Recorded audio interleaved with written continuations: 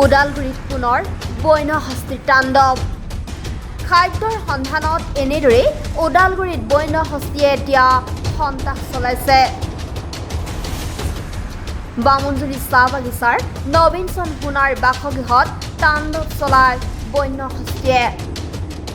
বন্যহস্তীৰ তাণ্ডৱত সম্পূৰ্ণৰূপে নবীনচন্দ সোণাৰ বাসগৃহ ভাঙি তছনছ হয়। কথমপিহে প্ৰাণ ৰক্ষা পৰে পৰিয়ালটো। বন্যহস্তীৰ এনে উপদ্ৰৱক লৈ শিৱদত্ত তাঁতীয়ে বন বিভাগৰ প্ৰতি তীব্ৰ ক্ষোভ প্ৰকাশ কৰে।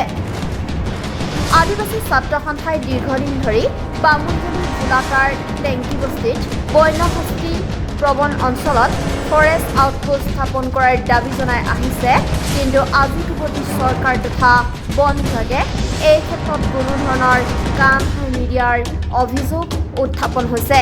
বন্যহস্তী আৰু মানুহৰ সংঘাত দৈনিক বৃদ্ধি পোৱাক লৈ চিন্তিত হৈ পৰিছে স্থানীয় ৰাইজে।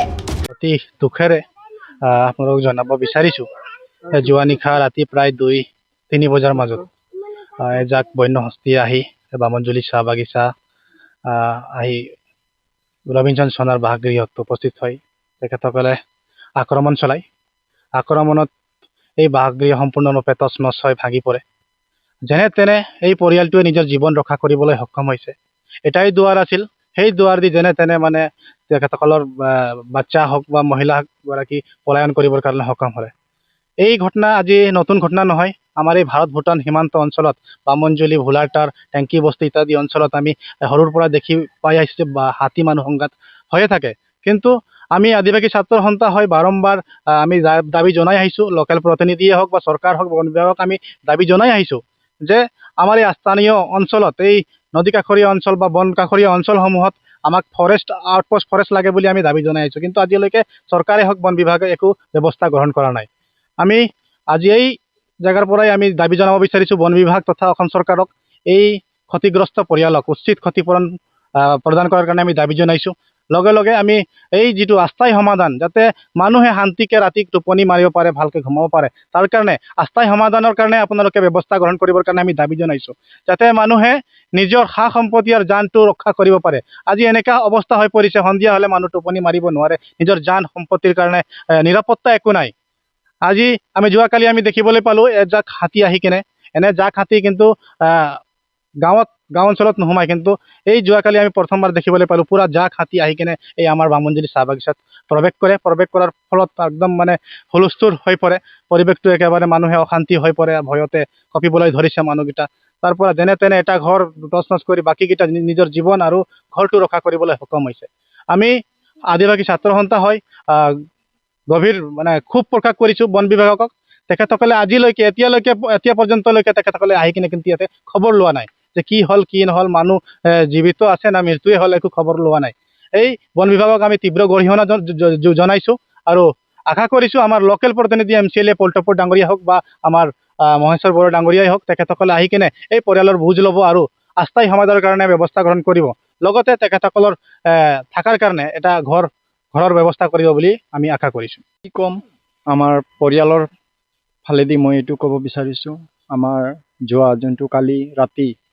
যোৱাকালি ৰাতি যোনটো 3টা বজাৰ পৰা যি হাতী পূৰা পালে হাতী আহি কিনে সোমাই কিনে ঘৰটো ভাঙিছে। আমাৰ পৰিয়াল আছিল, মা আছিল, বোৱাৰী আছিল, পোৱালি এটা আছিল, মোৰ ভাইটিৰ ল'ৰা আৰু মোৰ ভাইটি আছিল সৰুটো। মাহঁতে যিমান আছিল গোটেইকেইটা পলাই গ'ল। ভাইটিটো ভাচি গৈছিল, পালেঙৰ তলত সোমাইছিল, হ'লেও হাতীটো যাই পাওঁতেই অলপৰ কাৰণেহে জানটো বচাব পাৰিছে আৰু পলাইছে। তাৰপিছত পলোৱাৰ লগে লগে হাতী জাক পূৰা 5টা-6টা সোমাই কিনে ঘৰটো পূৰা ভাঙি তেজ নেজ কৰি একেবাৰে শেষ কৰি দিছে, একোৱে নাই। আমাৰ আৰু কি জনাম, আপোনালোকে জানে যে এই বামুণজুৰিত এৰিয়াৰ ভিতৰত বহুত জাক হাতী, বহুত সময়, আজিলৈকে নহয়, কালি নহয়, পৰহি নহয়, এনেকুৱা নহয়, গোটেই যিমান সময় আমি চাওঁ গৰু বাগালীৰ নিচিনা হাতী খেদাব লগা হয়। সেইকাৰণে আমি এইটো দাবী ৰাখিছোঁ যে এইটো জনাব বিচাৰিছোঁ যে চৰকাৰে কিবা এটা কৰি এই হাতীৰ কাৰণে যে কিবা এটা এই সমাধানৰ যোগেদি এই গাঁৱৰ মানুহ বা বামুণজুৰিৰ বাসিন্দা যিমান আছে মানুহ, চবে যে শান্তিপূৰ্বক সুন্দৰৰূপে তেওঁলোকে শুব পাৰিব, থাকিব পাৰিব এইটোৱে মোৰ অনুৰোধ আৰু মই জনাব এইটো বিচাৰিছোঁ মোৰ যোনটো ঘৰ বৰবাদ হৈছে এই ঘৰৰ কাৰণে যোনটো ক্ষতি হৈছে এই ক্ষতিপূৰণটো দিব লাগে আৰু অহা নাই কোনো যোৱা নাই আহিলেও মানে মাতিলেও নুশুনা নিচিনা জানিও নজনা নিচিনা হৈ থাকে যিমান মানুহ ফোন কৰি দিলেও কয় আহিম আহিম নাহে কোনেও নাহে মানুহৰ দৰ পূৰা সোমাই আছে আমাৰ বামুণজুলি বেছি বহুত মানে যদি আমি চাবলৈ যাওঁ ৰাতিটো নাই বুলি ক'ব নোৱাৰি হাতীটো নাই বুলি ক'ব নোৱাৰি 1 ঘণ্টাৰ পিছতে আহি কিনে লাইনত সোমাই যায় বহুত মানুহৰ মানে শুব শান্তিয়ে নাই মনত পূৰা ডৰ সোমাই আছে যে কোনপিনেদি কেতিয়া আহি কাৰ ঘৰ কি নষ্ট কৰিব কি ক'ব চৰকাৰক এইটো ক'ব বিচাৰিছোঁ আমাৰ MCLA পল ছাৰ আছে জনাব এইটো বিচাৰিছোঁ যে আমাৰ এই যোনটো হাতীৰ সমস্যাটো যেন চৰকাৰে মিলি সমাধান কৰে আমি যেন ভালদৰে শুবলৈ পাৰিম ভালদৰে শান্তিৰূপে থাকিবলৈ পাৰিম মোৰ ফালেদি মই ইমানতে